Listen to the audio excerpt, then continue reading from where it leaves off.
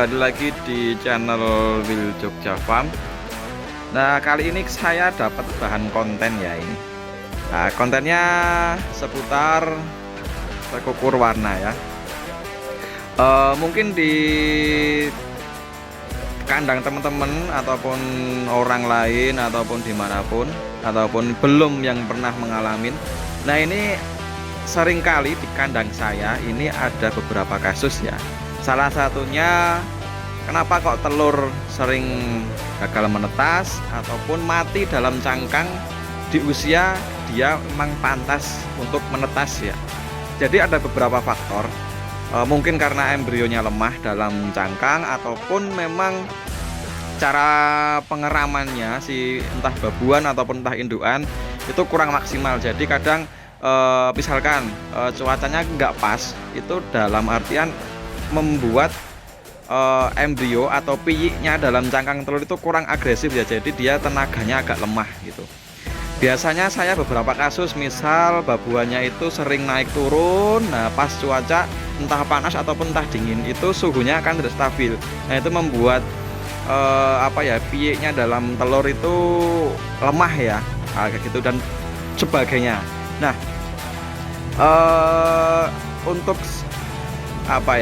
untuk bahan sharing saya kali ini sesuai pengalaman saya, jadi tidak didasari ilmu dari teori ataupun apa ya, ini murni pengalaman saya ya. Boleh di skip ataupun boleh ditiru juga monggo, karena ini keberhasilannya 50%, 50%. 50% berhasil, 50% mati. Tapi jika tidak dicoba, pengalaman saya 100% mati ataupun 90% lah, anggap saja 90% mati gitu. Jadi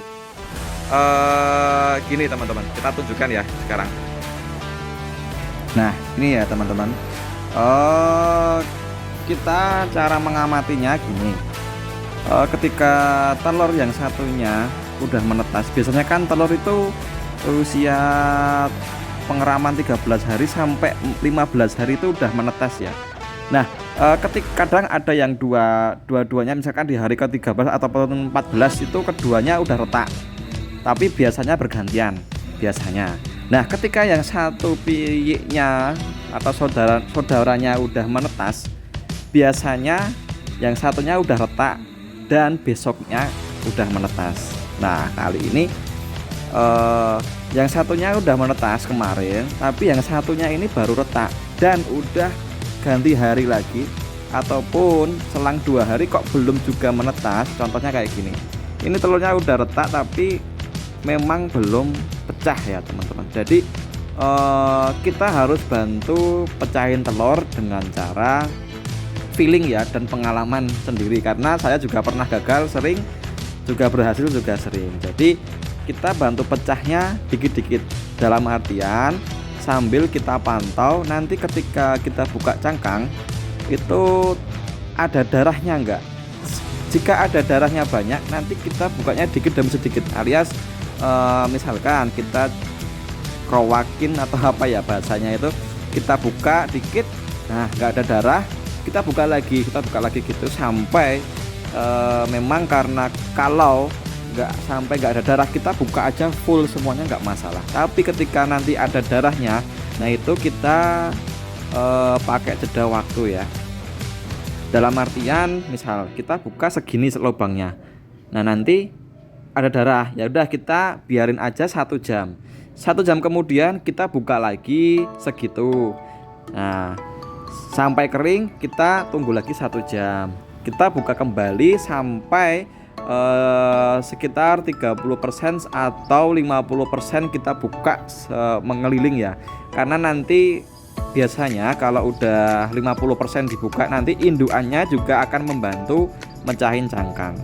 Nah ini contoh, sebenarnya ini saya kategorikan masuk udah darahnya udah menipis, dalam artian kita udah buka beberapa tapi darahnya nggak terlalu banyak ya. Biasanya kita kalau buka dikit aja udah darahnya udah banyak. Nah ini termasuk udah kering ya, tapi saya nggak berani buka full semuanya, dalam artian 50% saya nggak berani ya. Kita cuman bantu sedikit aja seperti ini contohnya. Nah segini ya, kita bantu dorong-dorong dikit biar burungnya juga agak keluar ya. Nah nanti kita kembalikan lagi ke babuannya ataupun ke indukannya, nanti biar darahnya kering.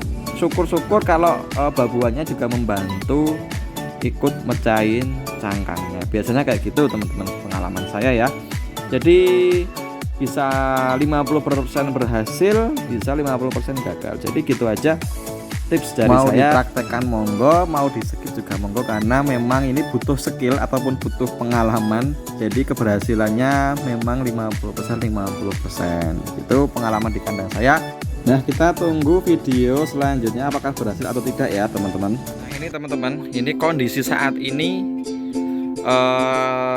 sekitar usia 2 minggu ya. 2 minggu jadinya alhamdulillah hidup dan keluar warna putih. Nah untuk satu tetasannya atau sel darahnya itu warnanya ini teman-teman, keluar warna Blorowill Extreme. Nah perbandingannya jauh, ini masih segini, ini udah hampir sempurna, dalam artian bulunya udah komplit dan ekor udah mulai mau memanjang. Sementara ini masih bulu-bulunya ini baru mau pecah. Jadi perkembangannya memang agak lambat karena ya mungkin pengaruh ke kualitas embrio juga ya. Alhamdulillah kita jadi ya ini jadi tekukur putih, yang ininya Blorowill. Ini cantik yang Blorowillnya ya. Ini indukannya ini teman-teman, Blorowill Extreme atau saya sebutnya Bloro Panda ya, tekukur panda. Tekukur panda. Oke, gitu aja teman-teman. Barangkali jadi pengalaman baru ataupun bagi yang belum pernah mengalamin boleh dicoba ataupun di skip, lebih mau yang mana monggo. Yang jelas saya cuma membagikan pengalaman saya di kandang, barangkali bermanfaat. Oke, terima kasih. Salam Anggungan Indonesia.